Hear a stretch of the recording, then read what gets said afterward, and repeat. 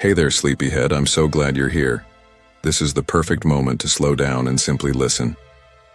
Before we begin, don't forget to tap like and hit subscribe so we can share more quiet nights together. And leave a comment. Where are you watching from, and what time is it there?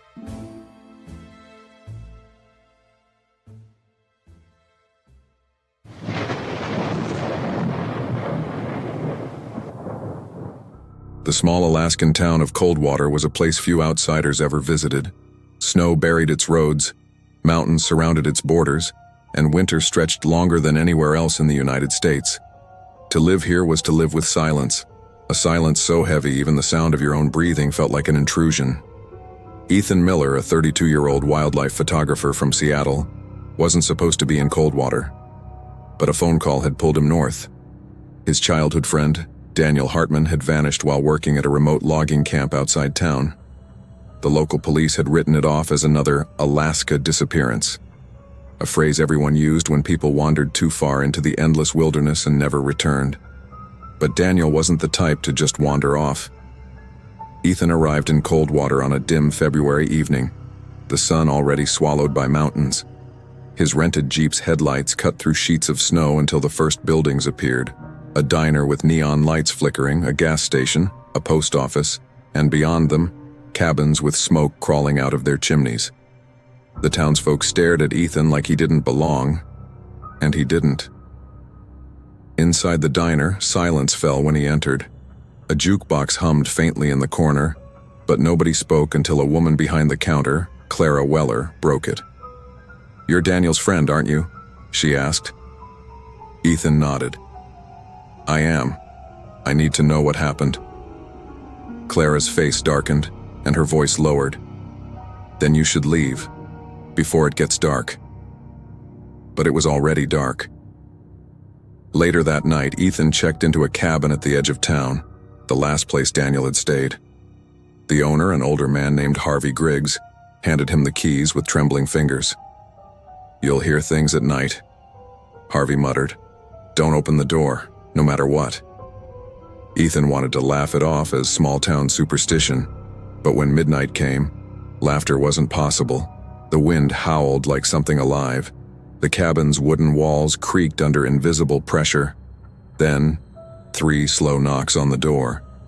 Ethan froze. His hand hovered above the knob. "Daniel," a voice whispered outside. His blood turned to ice. It was Daniel's voice. But Daniel had been missing for 3 weeks. Ethan's heart slammed against his ribs. He pressed his ear to the door. The wind outside screamed across the Alaskan plains, but beneath it, that voice lingered. "Ethan, it's me. Open up." "Daniel, it couldn't be." Every instinct screamed, "Don't move." Harvey's warning from earlier echoed in his head. Don't open the door, no matter what. But the voice? It wasn't just similar. It was exact. The same tone, the same nervous crack Daniel always had when he was cold. Ethan felt his grip on logic slipping. He forced himself to stay quiet. The knocks came again, this time harder, more insistent. Then silence. For the rest of the night, Ethan didn't sleep. He sat with his back to the wall, his camera clutched like a weapon waiting for dawn. Morning finally came, pale light bleeding through frosted windows. Ethan stepped outside, snow crunching beneath his boots. The ground before the cabin's door was undisturbed, no footprints. Whoever or whatever had spoken to him left no trace. At the diner, he confronted Clara. "Someone was outside my cabin last night. Sounded exactly like Daniel, but there were no tracks." Clara's eyes widened, but she quickly turned away, wiping down the counter like she hadn't heard him. "I told you, this town swallows people. It's better you don't ask questions." But Ethan wasn't letting go. "Tell me what happened at that logging camp." Clara hesitated, then finally leaned closer. "There are things in these woods, Mr. Miller. Things that don't belong here. Some say they're spirits. Some say they're older. They take voices, familiar ones, lure you out into the snow." Ethan frowned. You expect me to believe in ghost stories? Clara's voice dropped lower. Believe what you want, but Daniel heard them too, the night before he vanished. Determined, Ethan drove out toward the abandoned logging camp that afternoon. The road wound through miles of frozen wilderness, trees black against endless snow. His Jeep skidded on patches of ice, tires crunching in protest. By the time he reached the camp, the sun was already sliding behind mountains. The place looked dead. Cabins stood hollow, windows shattered, roofs sagging under snow. Tools lay frozen in the ground as if the workers had dropped everything and fled. Inside one cabin, Ethan found bunk beds covered in frost. Carved into the wood above one mattress was a single word: listen. A chill ran deeper than the cold outside. Suddenly the wind shifted, carrying voices through the empty camp. Faint, broken, calling his name. Ethan. Over here. Help me. He spun in circles, camera raised, but the voices came from everywhere at once. Then, clear as day, Daniel's voice rang from the tree line. Ethan, I'm here. Against all reason, Ethan stumbled toward the woods. The sound was too real, too desperate. Branches cracked under his boots as he pushed deeper into the forest, heart hammering. Snow fell heavier, blinding, suffocating. The voice moved further in, always just beyond reach. Then he saw it. Between the trees, a figure stood, tall, pale, its face obscured by shadow. But the mouth was moving in Daniel's voice. Help me. Ethan's blood froze. That wasn't Daniel, it wasn't even human. The thing in the woods didn't move. It just stood there, head tilted, mouth stretching unnaturally wide as Daniel's voice slipped out again. Ethan, don't you recognize me? The words echoed strangely, as if they came from a hollow cave. Ethan raised his camera, snapping a photo in blind panic. The flash illuminated the figure for half a second, long enough for him to see its face. It wasn't Daniel. The face was stretched, the skin too pale, lips cracked like frozen glass. The eyes were sunken pits, dark and bottomless. Yet when it spoke again, it used Daniel's voice perfectly. Ethan staggered back. His boot caught on a root, and he fell into the snow. By the time he scrambled up, the figure was gone. Only silence remained. But then he noticed something. Footprints. Not his, not animal.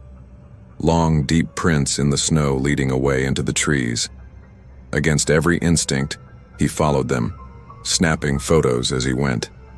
The prints ended abruptly at a frozen pond. Beneath the thin layer of ice, Ethan saw movement.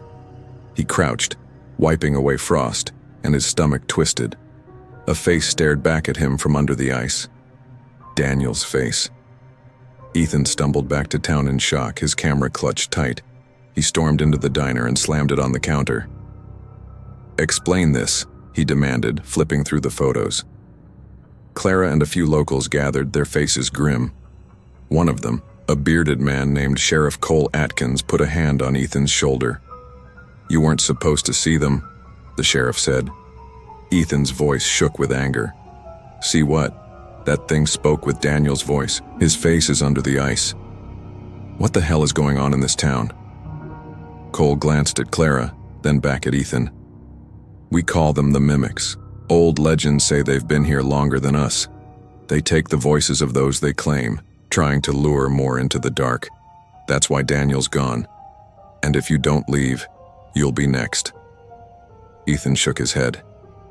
If you knew this, why didn't you try to save him? Clara's eyes filled with guilt. Because once the mimics take someone, there's no saving them. All you can do is stay inside at night. Pray you don't hear a familiar voice calling your name. Ethan clenched his fists. I'm not just going to leave him out there. The sheriff's expression hardened. Then you're a fool, and fools don't last long in cold water. That night, Ethan sat in his cabin, staring at his camera. Every creak of the floorboards, every gust of wind outside made him jump. Then, just past midnight, the knocks came again. 3 slow raps on the door. Ethan. This time it wasn't Daniel's voice. It was his mother's. "Open the door, sweetheart." His heart sank. His mother had been dead for 10 years. The voice was so warm, so convincing, it nearly broke him. Tears stung his eyes, but he remembered Harvey's words. "Don't open the door." He covered his ears, rocking back and forth as the knocking grew louder. Then, silence. For a moment, relief washed over him, until he heard it again. Not outside, behind him. He spun around. The cabin's small window stood open, snow blowing in, and in the corner of the room, crouched in the shadows, was a figure. Its mouth opened wide, too wide, as his mother's voice poured out of it in a sweet lullaby she used to sing. Ethan grabbed the fireplace poker and swung. The figure shrieked, its voice warping from his mother's tone into something guttural, inhuman. It scrambled out the window and into the night, leaving behind a trail of blackened snow where its hands touched. Ethan collapsed, shaking, realizing the truth. The mimics didn't just live in the woods. They were already inside Coldwater. Morning brought no peace. Ethan's cabin felt like a coffin, the walls soaked with the memory of that thing crawling inside. He hadn't slept, and his hands still trembled around his camera. He went straight to Sheriff Cole's office, slamming the door open. "They came inside. One of those things was in my cabin. You all knew this, and you just let me walk into it blind." Cole didn't flinch. He simply lit a cigarette, exhaling smoke as if Ethan's fury were just another winter storm passing through. "You think we don't know?" he muttered. "We've been living with them for decades. But Coldwater survives because we follow the rules." Ethan narrowed his eyes. "Rules?" Clara appeared in the doorway, her face pale. "Don't speak of it, Cole, not to him." But Cole ignored her. "The mimics take what they want. If we fight, they kill us all. If we leave offerings, livestock, the occasional drifter, the rest of us survive. That's the truth you came looking for." Ethan's stomach turned. "You feed them?" Cole's eyes were cold. "Better a few gone than the whole town wiped out." Clara whispered, horrified. "He doesn't need to know." Ethan cut her off, his voice breaking. "And Daniel? Was he an offering too?" Cole's silence was answer enough. Rage flared through Ethan. He lunged across the desk, grabbing Cole by the collar, but the sheriff shoved him back with surprising strength. "You don't get it, Miller. You think this is about your friend? This is about survival. You leave tonight or you'll end up as part of the snow." That night, Ethan tried to leave. He loaded his gear into the Jeep, tires crunching over frozen ground as he sped down the lonely highway. Snow whipped across his windshield, blinding him. But soon, something stranger than the storm appeared, shadows darting along the tree line, keeping pace with his vehicle. Then the voices began, from the passenger seat. "Ethan, don't leave me here." Daniel's voice. From the back seat, "Turn around, sweetheart." His mother's voice. Ethan gripped the wheel until his knuckles went white, refusing to look. But the voices grew louder, overlapping until it was a chorus of familiar tones clawing at his sanity. Then his headlights caught something in the road. A figure. Daniel. Standing in the middle of the highway, arms outstretched. Ethan slammed the brakes, the Jeep skidding sideways on black ice. He swerved, the car spinning before crashing into a snowbank. Airbags exploded. Glass shattered. The world went white. When Ethan came to, the storm had gone quiet. His Jeep was totaled. He stumbled out into the snow, bleeding from a gash on his forehead. And there, standing a few yards away, was Daniel. But Daniel's smile wasn't right. His lips stretched wider than humanly possible, splitting the corners of his mouth. His voice came out in a dozen different tones, layered on top of each other like a choir of nightmares. "Stay with us."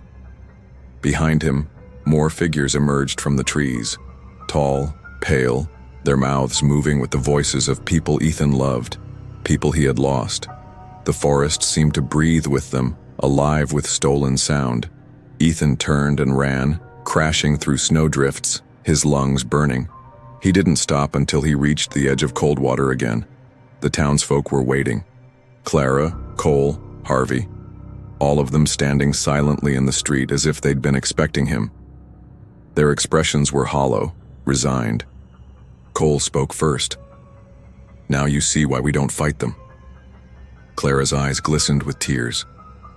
"Once you've heard them, they never stop." Ethan's chest heaved. "You can't just let them keep doing this." Cole dropped his cigarette into the snow. "It's not about letting them. It's about knowing you've already lost." That night, back in his cabin, Ethan couldn't escape the voices. They whispered through the walls, through the floorboards, through his own reflection in the frosted window. He realized the most horrifying truth of all. Daniel wasn't missing anymore. Daniel was part of them now. And if Ethan stayed in Coldwater much longer, so would he. Sleep became impossible. Every time Ethan's eyes closed, the voices slipped in, wrapping around him like a noose. His mother's lullabies, Daniel's desperate pleas, even the voices of people he hadn't thought about in years. The mimics didn't just steal sound, they stole memory, turning it against him. By the third night he was unraveling. His reflection in the frost-bitten mirror looked hollow, his skin pale from exhaustion. His camera lay on the table, the last tool he trusted. Proof. If he could capture them clearly, show the world, then maybe Coldwater's curse would finally be broken. But deep down, he knew. No one outside would ever believe. At dusk, Ethan armed himself with the only weapons he had, a lantern, the fireplace poker, and his camera. He left the cabin and walked toward the woods, snow crunching beneath his boots like bones breaking. The voices followed instantly. "Ethan, don't leave us. Come closer." The tree line opened like a mouth swallowing him whole. Shadows writhed between the trees. Then the figures appeared, pale, towering, their faces stretched in grotesque mockeries of humanity. Dozens of them, circling him. Their mouths opened and closed in unison, pouring out a storm of voices. Daniel stepped forward, or what used to be Daniel. His face sagged unnaturally, lips cracking wider with every word. "You came back for me. Stay. Stay forever." Ethan raised his camera and snapped photo after photo, the flash lighting up the forest in bursts of white. Each click was met with shrieks, their stolen voices twisting into monstrous tones. For a second, he thought he had power, proof that they couldn't hide from the lens. But then he looked at the camera's screen. Every photo showed the same thing. Nothing. Just trees, snow, empty woods. Not a single creature appeared. Ethan's hope shattered. The mimics screamed in delight, their voices overlapping into a deafening roar that drove him to his knees. His ears bled from the sound, his mind cracking under the pressure. Daniel knelt before him, tilting his head like a curious predator. His mouth split wider, revealing black void where a throat should be. From that void, Ethan heard his own voice echo back at him. "Stay with us, Ethan." He dropped the camera.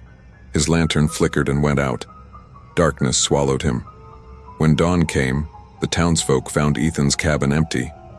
His Jeep sat abandoned on the roadside, keys still in the ignition. The sheriff shook his head, muttering, "Another one gone." Clara lingered by the cabin door, staring at the snow-covered woods. In the silence of morning, she swore she heard Ethan's voice drifting faintly through the trees. "Help me." She closed her eyes, whispering a prayer that he'd never open his mouth again. Weeks later, a hiker passing through Coldwater stopped at the diner.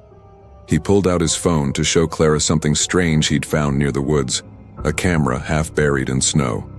Inside, dozens of photos, all blank, except one.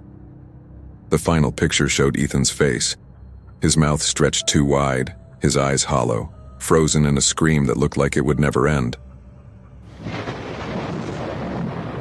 The road to Black Pine Hollow wasn't on most maps anymore. The logging town in northern Montana had been abandoned in the late 1980s after the mills shut down, but rumors said people still heard chainsaws in the forest at night. Rachel Moore, a 31-year-old urban explorer from Denver, wasn't interested in folklore. She wanted content. Her YouTube channel had grown fast and her subscribers loved Forgotten America. Black Pine was perfect. She wasn't traveling alone. Cody Miller, her cameraman and boyfriend, had joined her for a 3-day shoot.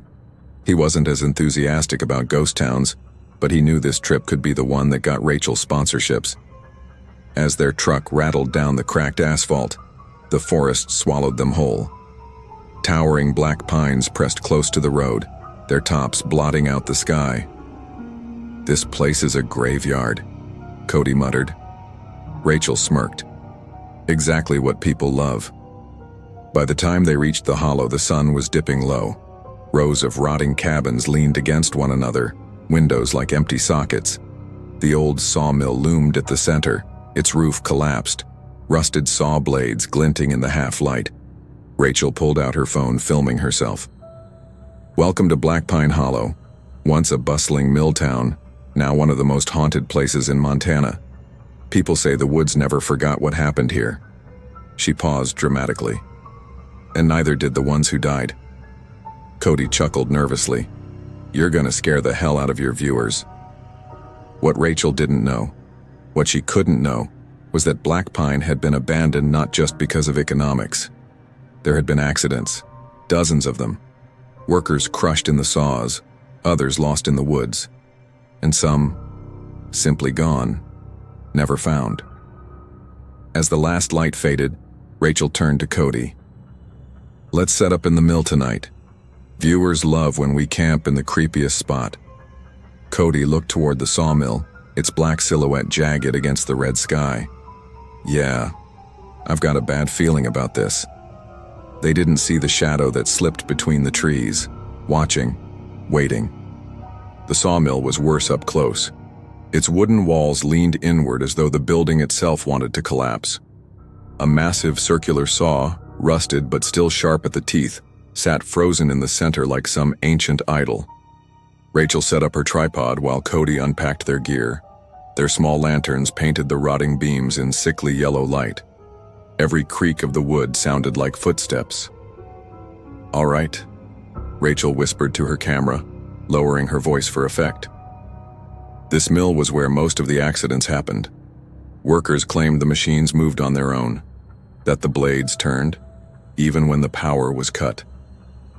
She ran her hand over the saw's cold steel. And if you listen closely, they say you can still hear the screaming. Cody winced. Don't do that.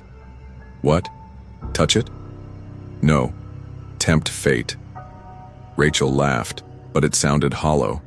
They cooked canned soup on a portable stove, the steam curling into the rafters. Outside, the forest groaned with wind, but inside it was too still, too heavy. Around midnight, they started recording again. Rachel wanted night shots. Cody swept his flashlight across the walls. For a moment, his beam froze on something. Wait, he whispered, what is it? I thought I saw... He cut himself off. The light revealed only dust, graffiti, and broken boards. Rachel frowned. Don't psych me out, Miller. But then they both heard it. A low hum, mechanical, distant. Cody spun toward the saw. The teeth glimmered in the lantern light, still and lifeless. Yet the sound grew louder, vibrating in the floor beneath their feet. Rachel forced a nervous smile at the camera. You guys hear that? There's no power here, but it sounds like the mill's waking up. The hum deepened into a grinding roar. Then, silence. Rachel's breath fogged the air. She looked at Cody. Did you get that? He nodded, pale. Yeah, but... Rach, look at the saw. The blade had shifted, just slightly, but enough that they both knew it hadn't been their imagination. Rachel turned her camera toward it, whispering, We are not alone in Black Pine Hollow. Neither of them noticed the figure standing in the rafters above, its head cocked at an unnatural angle, watching them with hollow eyes. The night stretched long, the kind of night that thickened the air until every sound felt like it pressed against your skin. Cody insisted on staying awake in shifts, but Rachel refused to turn the camera off. Every second of this is gold, she whispered, voice tight with nerves she tried to hide. Around 2 a.m., the first whisper came. At first, Cody thought it was the wind whistling through the cracked boards. But it wasn't random. It was words. Low, guttural, almost like a growl. "Get out." Cody shot up. "Rachel, did you—" "Yes." She clutched the camera tighter, her face pale but her eyes wide with adrenaline. "Say it again." And it did. This time closer. "Get out." The lantern flickered violently. The shadows in the rafters seemed to stretch, slithering along the beams. Cody's light darted upward, catching nothing but dust, though for half a second it looked like a face pressed between the boards, mouth open in a silent scream. "Enough," Cody hissed. "We're packing. We're leaving now." Rachel shook her head. "If we leave, we'll never know what's here. This is real evidence." The argument cut off when the saw shrieked. The massive blade spun once, just once, but the sound was deafening. Metallic teeth grinding as though they'd been fed flesh instead of wood. Sparks spit from nowhere, showering the floor. Rachel dropped the camera. Cody yanked her backward, but the floorboards beneath them groaned like something moving under their feet. Then the cold hit. It wasn't the bite of mountain air. It was a suffocating chill that crawled into their lungs, heavy and wet. Cody gasped, clutching his chest. Rachel's breath came out in clouds even though the lantern flame burned steady. "Someone's here," Rachel whispered, her voice trembling. "No." Cody's eyes widened. "Not someone. Something." A thud echoed from the far corner of the mill. Then another. Heavy. Deliberate. Rachel snatched up her camera, the red recording light glowing faint in the dark. Her lens caught movement, something tall, gaunt, moving just beyond the edge of the beam. Its limbs were too long, its back bent like a broken marionette. She froze. "Cody, it's in here with us." Before Cody could reply, the figure snapped its head toward them.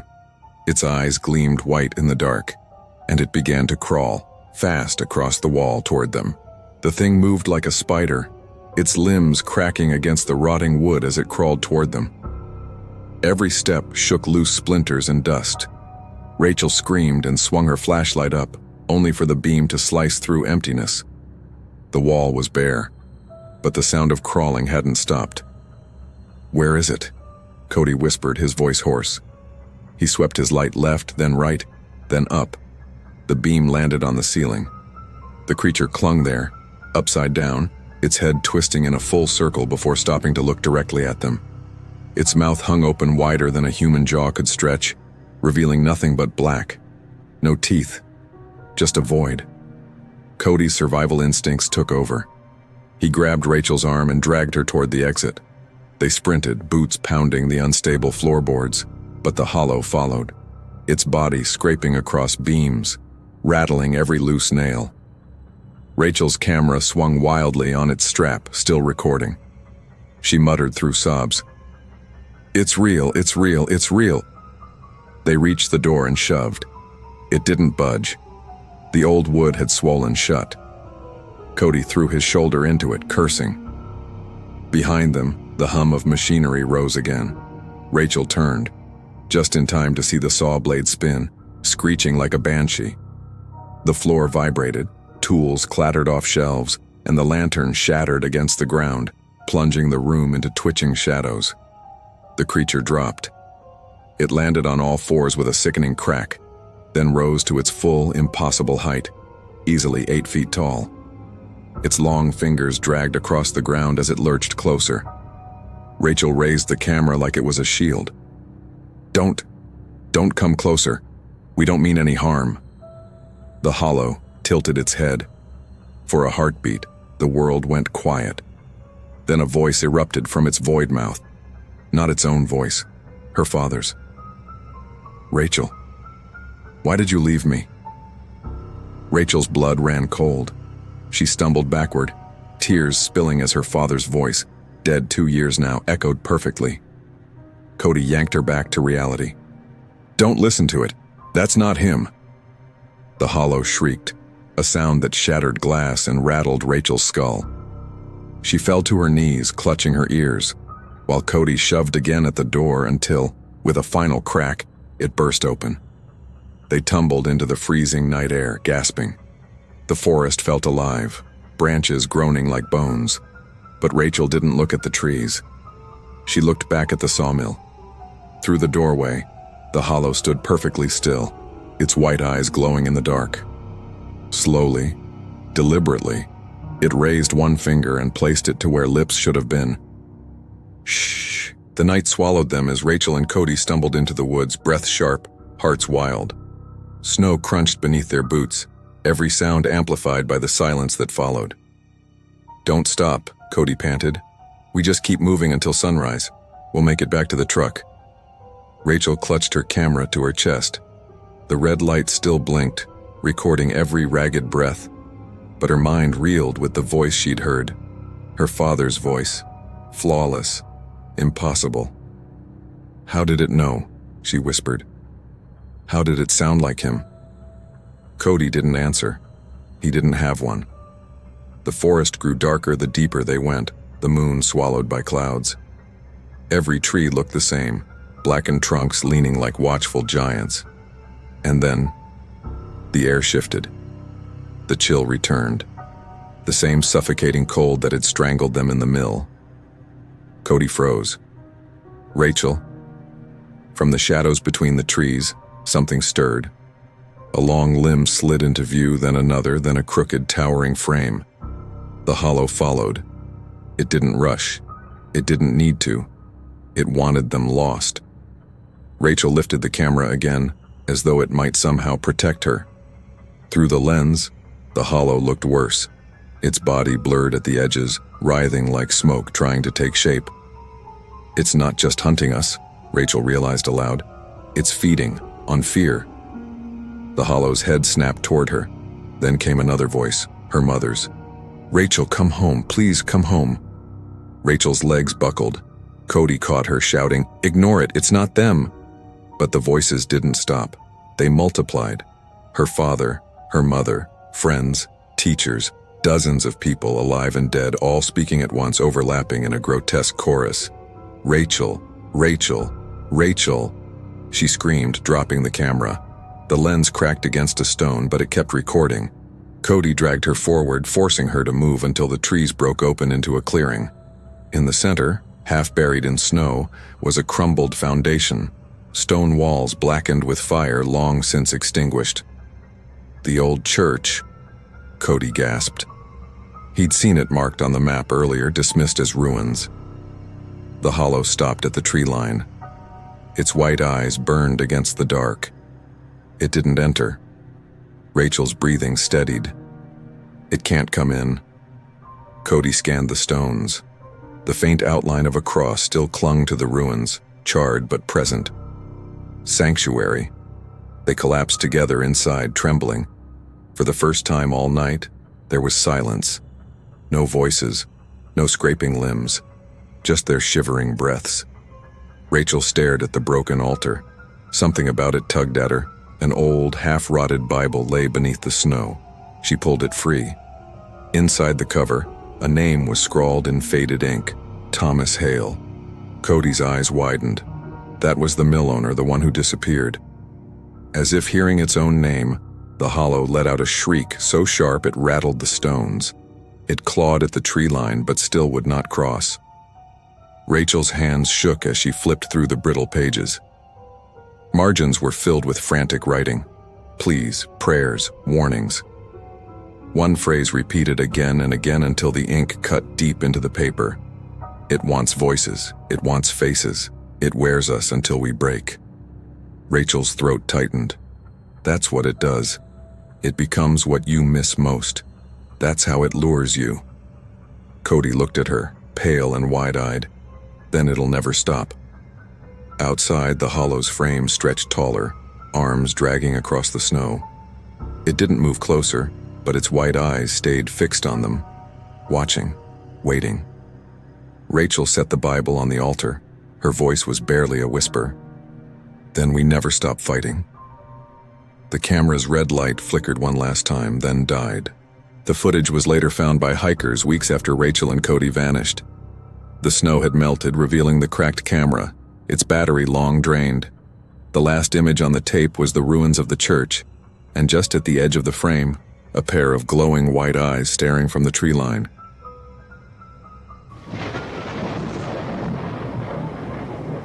Willow Lake, Alaska, wasn't on any tourist map. A tiny settlement of 47 people, it sat at the edge of an endless frozen forest, the kind of place where winters lasted 10 months and silence became unbearable. The lake itself, wide and black, was said to be bottomless. Madison Blake, a 27-year-old journalist from Portland, had never even heard of Willow Lake until she got an anonymous email. The message had been simple. If you want the story of your career, come to Willow Lake. People are vanishing, and the lake knows why.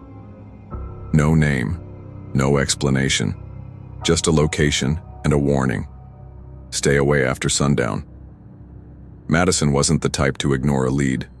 Her editor had laughed it off, told her she was chasing ghost stories. But ghost stories sold, and Madison was desperate to prove herself. So, against her better judgment, she boarded a plane north. By the time she arrived in Willow Lake, the sun was already slipping behind jagged peaks. The settlement looked like something forgotten. One gas pump, a general store, a diner, and a few scattered cabins huddled against the cold. Inside the diner, the locals stared at her with the same suspicious eyes Ethan had once faced in Coldwater. Conversation died as soon as she walked in. She sat at the counter, pulled out her notebook, and tried to start small. "Hi, I'm Madison. I'm looking into some disappearances around the lake." The waitress, a tired-looking woman named June Carver, froze mid-pour. The coffee pot shook in her hand. "You don't want to go near that lake," she muttered. Madison leaned forward. "Why not?" June glanced around the room, then whispered, "Because it talks." Before Madison could press further, a man at the corner table spoke. He was in his 60s, with a weathered face and piercing blue eyes. Henry Lowe, as she later learned. "You're not here to help," Henry said, his voice low. "You're here to write, and writing won't save you when it calls your name." That night, Madison checked into a small cabin by the lake's edge, rented from an old man who introduced himself as Arthur Pike. His hands shook as he handed her the keys. "You hear voices," Arthur warned. "Sweet ones, familiar ones, but they ain't real. Don't listen, don't answer. Don't you dare go near that water after dark." Madison smiled politely, jotting his words down like folklore. But later, when midnight fell, she understood. She was reviewing her notes when the sound came. A soft, rhythmic knocking on her cabin window. She froze. The knocking came again, and then a voice, muffled but clear. "Maddie, it's me." Her breath caught. It was her brother's voice. But her brother, Alex, had drowned 2 years ago. Madison's heart hammered in her chest. The voice outside was unmistakable. Her brother's. "Maddie," the voice repeated, softer now, almost pleading. Her throat tightened. Alex had been only 19 when he drowned during a kayaking trip off the Oregon coast. Madison hadn't forgiven herself for not being there. And now, here, thousands of miles away, in the middle of frozen Alaska, she was hearing him. She forced herself to stay still. Arthur's warning echoed in her head. Don't listen. Don't answer. Don't go near the water. But the voice knew things. "Do you remember our cabin in Seaside? How we carved our names in the wood? Come out, Maddie, please. I need you." Madison's hand trembled on the window latch. For a moment she almost opened it, but then she grabbed her phone and recorded the sound. Proof. If this was a prank, she'd expose it. If it wasn't... The voice faded into the wind. Silence returned. Madison barely slept. At dawn, she walked to the diner again, her phone clenched like a weapon. She found June behind the counter, brewing coffee. "I heard it," Madison whispered, sliding the phone across. "My brother's voice. He's been dead 2 years, listen." June hesitated, then played the recording. The sound filled the diner. Alex's voice, clear and haunting. June paled. "You shouldn't have stayed so close to the water." "Then tell me what's happening," Madison demanded. June looked around nervously. The only other patron was Henry, the old man from yesterday. He set down his mug and spoke before she could. "The lake doesn't just talk," Henry said. Every year it takes someone. Hunters, fishermen, tourists, sometimes townsfolk. They vanish, and the water stays calm like nothing happened." Madison frowned.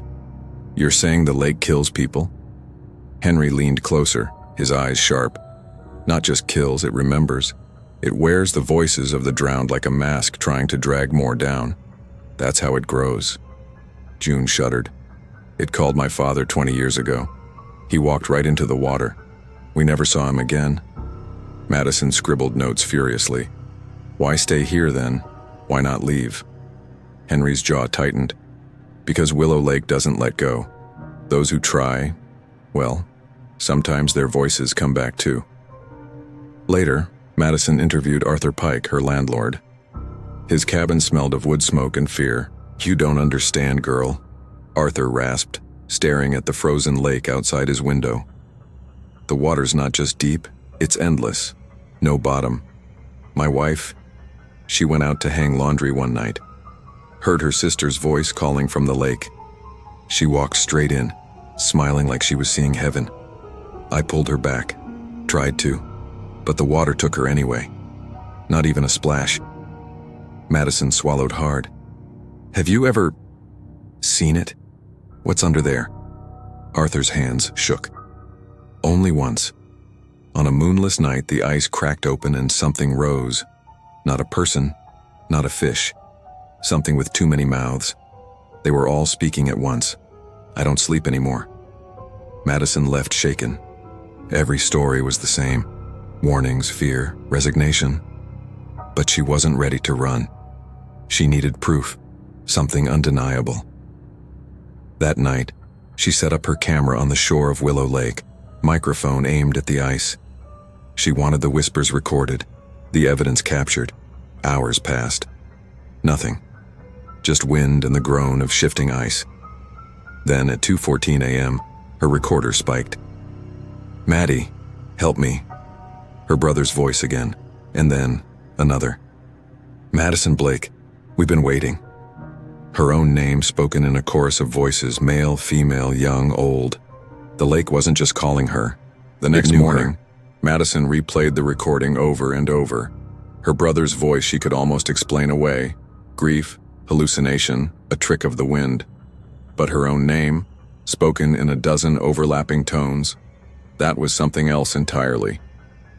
She brought the evidence to June at the diner. "Listen, this isn't folklore. It's intelligent. It knew me." June's face drained of color as the voices filled the room.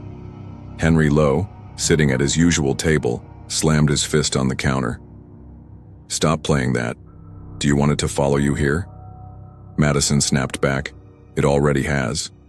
Henry leaned in close, his voice a growl. "Then you've got two choices, girl.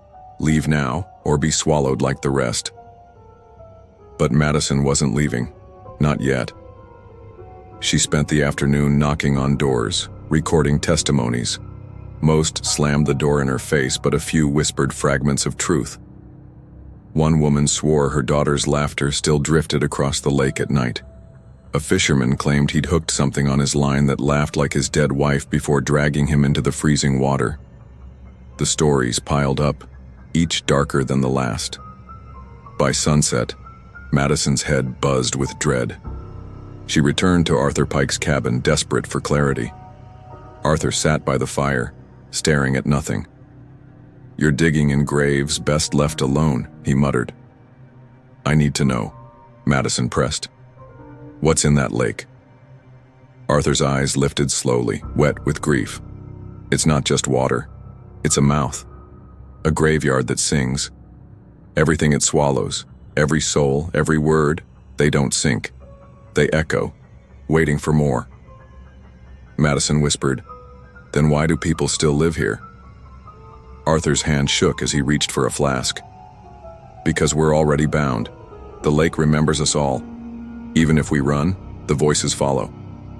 That night, Madison's investigation turned into obsession. She sat by the shore with her recorder, breath misting in the frigid air. The lake was still, black as glass. At first, only silence. Then a ripple. A voice rose, faint but clear. "Maddie, come closer." Her brother again. She gripped the recorder tighter. "You're not him. My brother is dead." The water rippled wider. Another voice joined in, a child's giggle, then an old woman's sob. Dozens more layered over each other, building into a choir of whispers. Then one broke through, sharp and chilling. "Madison Blake, you belong to us now." The ice beneath her boots groaned. She stepped back, heart pounding. For a moment she swore she saw something just beneath the surface. A pale face staring up, lips moving, but not breathing. She stumbled away, dropping her notebook into the snow. But when she bent to grab it, she froze. The notebook was open to a page she hadn't written. In jagged, wet ink were 4 words. "Let us inside, Madison." Shaken, she ran to the diner, clutching the notebook. June gasped when she saw it. "It's writing to you now?" Henry slammed his cup down. "Enough. If she keeps this up, she'll bring it all on us." Madison demanded answers. "You know something you're not telling me. What's the town hiding?" Henry's jaw tightened. For a long moment, silence stretched. Then he whispered, "Every generation, the lake chooses one. A vessel, someone to carry its voices into the world. Last time, it was my brother. Before that, June's father. Now," he looked at Madison with haunted eyes, "it's chosen you." The words replayed in Madison's head like a curse. "It's chosen you. Chosen. Vessel." She wanted to laugh it off as superstition, but Henry's eyes weren't the eyes of a liar. They were the eyes of a man broken by something real. That night, she tried to leave Willow Lake. She packed her recorder, her notes, her camera, and drove toward the narrow road that wound back toward Anchorage. But halfway there, her headlights caught movement. A figure stood in the road. Her brother, Alex, soaked, shivering, just as he had looked the night they pulled his body from the ocean. "Maddie," he whispered, his lips barely moving. "Don't leave me again." Madison slammed the brakes, her tires skidding on the ice. The figure didn't move. She swerved, the car spinning out, crashing into a snowbank. Airbags burst, glass shattered. When she opened her eyes, the road was empty. No Alex, just snow. But in the distance from the frozen lake came laughter. She stumbled back to Arthur Pike's cabin, shaking and bruised. He took one look at her and knew. "You saw it." Madison's voice cracked. "It looked like him. My brother." Arthur's hands trembled as he poured her whiskey. "That's how it works. The lake digs inside you, finds what hurts most, then wears it like a mask." Madison drank, her throat burning. "How do we stop it?" Arthur's eyes lowered. "You don't. You endure, or you join them." But Madison wasn't ready to endure. The next evening, she brought her camera to the lake, determined to catch more than voices. The ice was thinner now, groaning under her boots. She set up her tripod, her breath fogging in the bitter air. Hours passed. Nothing. Then, movement. The ice cracked. Slowly, a pale hand pressed against the surface from beneath. Then another. Fingers stretched unnaturally long, nails scraping the underside of the frozen sheet. Madison's camera snapped photo after photo, the flash illuminating shapes beneath the ice, faces, dozens of them, pressing upward. Their mouths moved in silent screams. The ice split further, and something began to rise. It wasn't human. A mass of faces fused together, mouths opening and closing in unison, eyes rolling white. From every mouth, voices spilled out, layered and endless. Alex's voice, her mother's, strangers, children, all crying, all begging. "Madison, come closer, come home." The sound rattled her bones, made her vision blur. She staggered back, but her foot slipped on the ice. A crack shot outward like lightning, water bubbling beneath. The thing beneath the ice pressed closer, the faces stretching against the surface until it looked ready to burst through. Madison screamed and grabbed her camera, running toward shore. The voices followed, louder, shrieking her name until her head felt like it would split open. She collapsed in the snow, clutching the camera to her chest. For the first time, she believed Arthur. The lake wasn't just haunted. The next morning, she showed June the photos. The waitress trembled as she flipped through them, her lips moving in silent prayer. "You've seen too much," June whispered. "No one comes back the same once the lake shows itself." Madison's hands shook. "Then help me. There has to be a way to end this." Henry, overhearing, shook his head. "You can't end it. The lake doesn't die. It only waits. And once it has your voice, Madison, it will never let you go." Madison didn't sleep that night. Every time she closed her eyes, the whispers rose from the lake, slipping through the walls of Arthur's cabin, wrapping around her mind like frost. By dawn, she knew. She couldn't run. She couldn't hide. If she wanted to survive, she had to face it. Arthur begged her not to go back. "The lake takes what it wants. Don't give it more." But Madison had made her decision. "If I leave now," she said, strapping her camera around her neck, "it'll keep calling me forever. I won't end up like you, Arthur, half dead, waiting for the voices to drag me under." Her words broke him. Still, he handed her a flare gun. "When it comes, light this. Not to fight it. To remind yourself you're still alive." The lake waited. Its surface was a sheet of black glass, the sun weak above the mountains. Madison walked onto the ice, each step echoing like a drumbeat. Almost instantly, the whispers began. "Maddie, don't leave me again. Stay with us forever." Her brother's voice, her mother's, her own. The faces appeared beneath her feet, pressing against the ice, mouths wide. The lake groaned as if exhaling. Then it broke. The ice split open, and from the depths, the thing rose. It wasn't a single body, but thousands, all fused together, twisting and writhing. Faces stacked on faces, arms sprouting from torsos, a mass of pale, water-swollen flesh. At its center was a mouth wider than anything human, and from it poured every voice she had ever loved, or feared. "Madison," it said, using Alex's tone, "you don't have to hurt anymore. Come back to us." The creature stretched forward, the ice cracking like thunder. Madison raised her flare gun. Her hands shook, her heart thundered. But she didn't aim at the thing. She fired straight into the sky. The flare burst, flooding the lake with red light. For a moment the thing froze, its many eyes squinting against the glow.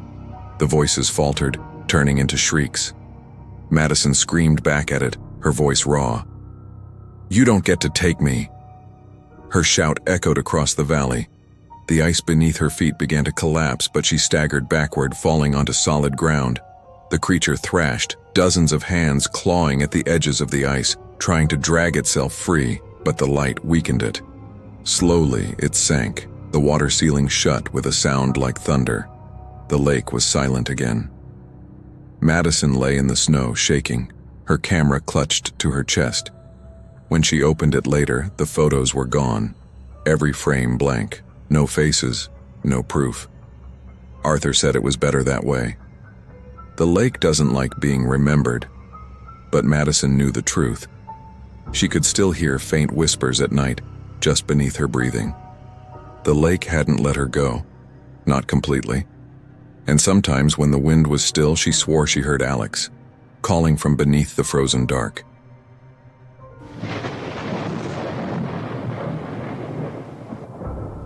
Cold Harbor, Alaska, was the kind of town that never made it onto maps. A few dozen houses, a single road in and out, and a harbor choked with ice 9 months of the year. Outsiders didn't come here, not unless they were lost or looking to disappear. For Mia Parker, arriving in Cold Harbor felt like both. She was 26, a freelance journalist from Seattle who'd burned too many bridges chasing stories that no one wanted to print. When she got a tip about strange disappearances in an Alaskan fishing town, a town that wasn't supposed to exist, she packed her bags and flew north. The first thing she noticed was the silence. No traffic, no chatter, just the groan of ice shifting against the shore. Even the gulls circling overhead didn't cry out. Sheriff Grant Miller met her at the dock. A broad man with lines carved deep into his weathered face, he carried himself like someone who'd stopped expecting good news a long time ago. "You're here about the missing people," he said flatly. Mia nodded, clutching her recorder. 3 in the last month, right? All locals? Grant gave her a look that wasn't quite a yes, but wasn't a no either. "You won't find much. People leave. It happens." Mia frowned. In the middle of winter? Without a word? Without their things? The sheriff didn't answer. He just turned and started walking. That night, Mia checked into the only inn in town, a sagging 2-story building run by an old woman named Eliza Crow. Eliza handed Mia a brass key without meeting her eyes. "You keep your curtains closed," she muttered. Mia raised an eyebrow. "Why?" "Things. Look back," Eliza said simply, then shuffled away before Mia could ask more. Her room smelled faintly of salt and rot, but the view of the harbor was clear. The water was locked beneath a sheet of ice, stretching black and endless under the pale moon. She set up her recorder and began dictating notes. Cold Harbor, Alaska. Population unknown. Atmosphere suffocating. Locals evasive. Missing people. No clear leads. Sheriff unwilling to talk. A soft knock came at her door. Mia hesitated, then opened it. A boy stood there, no older than 15, his cheeks raw from the cold. "You're the reporter?" he whispered. "Yes," Mia said cautiously. "My sister's gone," the boy said. His voice cracked. "Nobody talks about it, but I saw it happen." Mia's pulse quickened. "What did you see?" The boy glanced down the hall nervously. "Not here. Tomorrow night. Meet me by the harbor after dark." Before she could respond, he bolted. Mia closed the door slowly, her recorder still running. She replayed the boy's words, the desperation in his voice. Outside, the ice shifted again, groaning like something alive.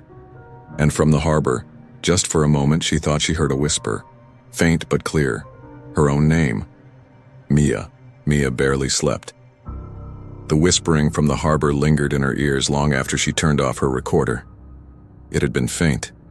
So faint she almost convinced herself she imagined it. But the way her name had carried across the ice made her skin crawl. By morning, the town had returned to its eerie rhythm. Locals shuffled between the general store, the diner, and the frozen docks, but no one lingered outside. Conversations cut off the moment Mia passed by. Their eyes followed her, wary and unwelcoming. At the diner, Mia sat with her notebook open, pretending to sip coffee. Sheriff Grant appeared at the counter, speaking low with the waitress. She caught fragments. "Not safe. Outsider. Leave soon." When Mia rose to confront him, he turned abruptly, jaw tight. "You're digging where you shouldn't. Best pack your things." She forced a smile. "And leave a town with 3 missing people and a boy asking me for help? Not a chance." His expression hardened, but he didn't push. He just left her with a final warning. "Curiosity can kill more than cats here, Ms. Parker." That evening, Mia wrapped herself in her heaviest coat and headed toward the harbor. The boy was already there, standing at the edge of the ice. He didn't turn until she was close. "My name's Noah," he said. "Mia." Noah's eyes darted nervously over the frozen water. "My sister, Hannah. She went missing 2 weeks ago. Everyone says she ran off, but I know better." "What happened?" Mia asked softly. "I saw her out there." He pointed toward the cracked ice. "Something called her. She walked onto the frozen water like she couldn't hear me. I ran after her, but she just stopped. She looked back at me and he broke off, shuddering. "And what?" Mia pressed. His lips trembled. She smiled. But it wasn't her smile. It was too wide, too wrong. Then the ice opened, and she was gone. Mia's breath caught. The ice opened? Noah nodded. His eyes glistened with tears. The harbor takes them. The missing people. Everyone knows. That's why they won't talk. The wind whipped across the ice, carrying with it a faint sound, a low, mournful wail. Noah stiffened. "You hear that?" Mia whispered. Noah shook his head. "Not a wail, a voice. It's always a voice." Mia strained to listen. The sound came again, clearer this time, curling under her skin. It wasn't a wail. It was a word. Mia. Her name again, carried from the center of the harbor. She staggered back. It's saying my name." Noah's face drained of color. "Then it wants you too." The sound wouldn't leave Mia's head. Even after she and Noah hurried from the harbor and back into the dim lantern glow of Cold Harbor's single street, the whisper clung to her bones. Her name, stretched and hollow, as if spoken through water. That night, Mia sat cross-legged on her bed, replaying her recordings. Her voice filled the room. Something called her. "The harbor takes them." Then came the faintest undertone. Not Noah's voice. Not hers. A whisper. "Mia." Her stomach dropped. The recorder had picked it up. She shut it off quickly, but the silence afterward was worse. The room felt smaller, colder. Shadows thickened in the corners. When she pulled the curtains tight, she swore she saw something pale standing out on the ice.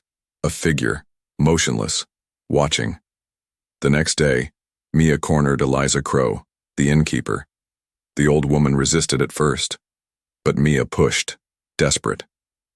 "You've lived here your whole life. Tell me the truth about the harbor." Eliza's wrinkled hands trembled as she set down a tray of chipped mugs. "Some truths aren't meant for repeating." "Eliza, people are vanishing," Mia pressed. "Noah saw his sister taken. How long has this been happening?" Eliza finally met her eyes. The weight of sorrow in them made Mia's chest tighten. "Cold Harbor was built on bones, girl. Long before we came. The Yupik spoke of spirits under the ice.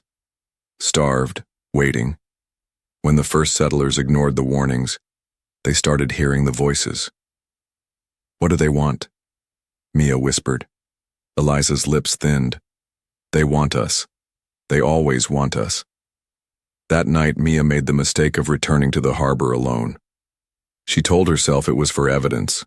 A photo, a soundbite, something that could prove Noah wasn't lying. She carried her camera, her recorder, and a flashlight that felt far too weak against the abyssal dark.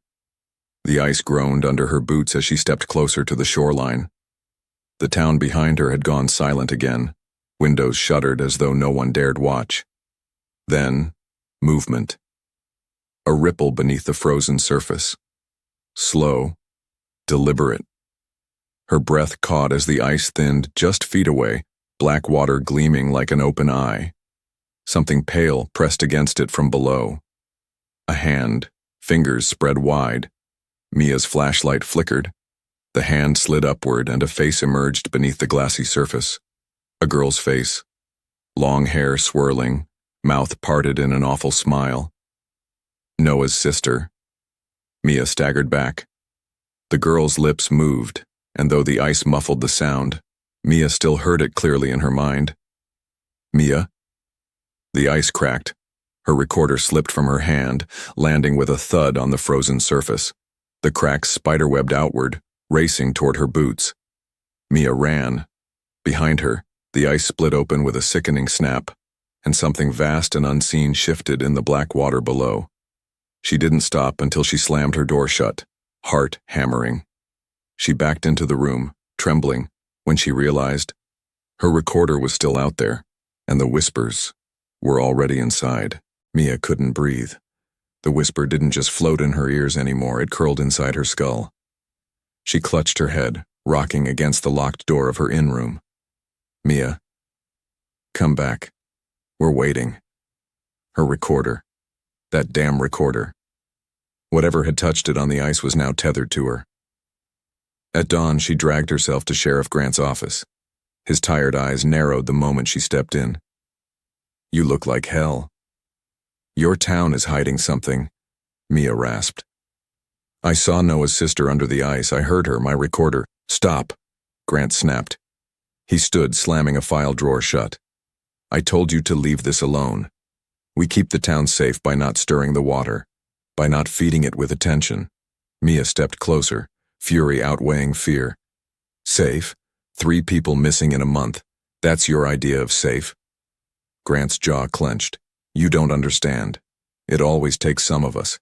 That's the way it's been. Long before I was born. Long before my father was sheriff. Cold Harbor. Pays its due. The words chilled her. You're saying the town sacrifices people? His silence was answer enough. Mia stormed out, but Noah was waiting near the docks. His face was pale, eyes swollen from crying. You saw her, didn't you? He asked. Yes. Her voice cracked. And your sheriff, your whole town, they know. They accept it. Noah's fists clenched. Then we have to fight it. Mia hesitated, looking out across the black sheet of ice. The whisper coiled tighter in her chest. Come back, Mia. One step closer. Her fear sharpened into resolve. We're going to the harbor tonight. Together. We're ending this. That night, armed with lanterns, a crowbar, and what little courage they had left, Mia and Noah trudged across the harbor. The ice groaned under their boots. Every step felt like walking across the ribs of something alive. At the center, the cracks glowed faintly from below, as if the water itself pulsed with light. Mia knelt, recorder in hand. She pressed play. The whisper grew into a chorus. Dozens of voices, layered and broken, echoing in her head. Join us, warmth in the deep, come home. Noah covered his ears. It's them, all of them. The ice shuddered. A fissure split open at their feet, and black water surged upward. From it rose figures, pale, half-formed, dripping with frost. Their eyes were wide, mouths fixed in unnatural smiles. Hannah among them. She reached for her brother, voice sweet and wrong. Noah, it's so beautiful here. Come with me. Noah stumbled back. That's not her, he whispered. That's not my sister anymore. The pale figures dragged themselves closer, crawling on the ice with jerky, broken movements. Mia raised the crowbar, hands shaking. Stay behind me. The whisper screamed, now rattling her skull. Her name. Noah's name. 1,000 voices, hungry and hollow. The ice beneath them began to collapse. And from the dark water, something far larger stirred. The harbor split open like a wound. Shards of ice cracked and sank around Mia and Noah as the black water frothed and swelled. The pale figures, half human, half echo, clawed toward them, grinning with frozen lips. Hannah was among them, her wide, unnatural smile never faltering. Mia swung the crowbar wildly, smashing one of the ice-wet hands that reached for Noah. The figure shattered into shards of mist and frost, but 2 more took its place. From below, a rumble. Deep, ancient. The water convulsed and something vast rose just beneath the surface, too massive to see in full, only hints, a slick curve of flesh, a cluster of pale eyes opening all at once, a ripple of tendrils unfurling like weeds in a current. The voices screamed inside Mia's skull. Join us, Mia. Join us, Noah. The harbor is home. Noah fell to his knees, clutching his ears. It's inside my head. It's pulling me in. Mia grabbed him by the shoulders, shaking him. Fight it. That's not your sister, that's it talking. Hannah's figure staggered closer, her face twisted in a grotesque imitation of love. Please, Noah, don't leave me alone. Don't you love me? For a moment, Noah faltered. His eyes glistened. His hand stretched toward her. Mia slapped him hard. That's not Hannah, she shouted. She's gone. Do you hear me? This thing is using her. The fissure widened. Cold water splashed around their boots. The massive shape below was rising, pressing closer to the surface.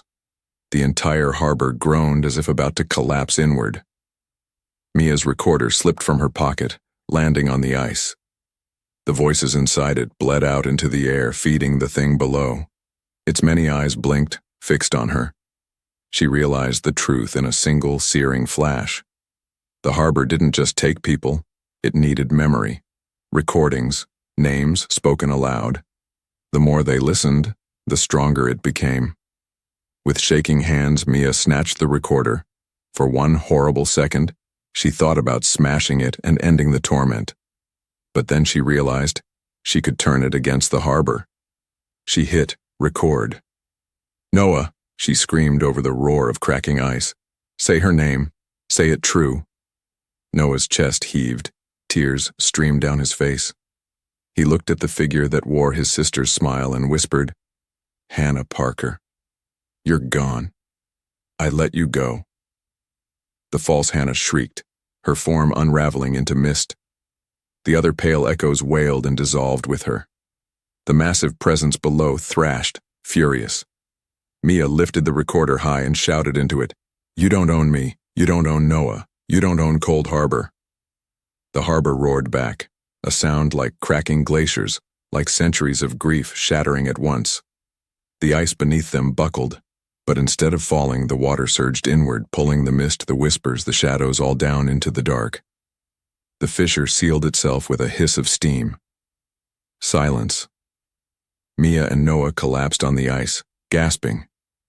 The harbor lay still again, nothing but a black mirror reflecting the aurora overhead. By dawn, the town awoke to a harbor that no longer whispered. Sheriff Grant found Mia and Noah at the docks, shivering but alive. He looked out over the ice, jaw tight. "It's quiet. For now," Mia said. Her voice was hoarse but steady. She held up the recorder, its screen cracked and blank. "Whatever lived here, whatever fed here, we cut it off." Grant gave a slow nod. "Maybe you did what none of us could." Noah leaned against Mia, exhausted but resolute. "Hannah's gone, but at least now, she won't be trapped anymore." Mia stared at the harbor one last time. The wind brushed across its frozen skin, carrying no voices, no cries, just silence. Still, deep in her bones, Mia felt the echo of what she'd heard. The harbor was sleeping, not dead, never dead, and she wondered how long before it whispered again.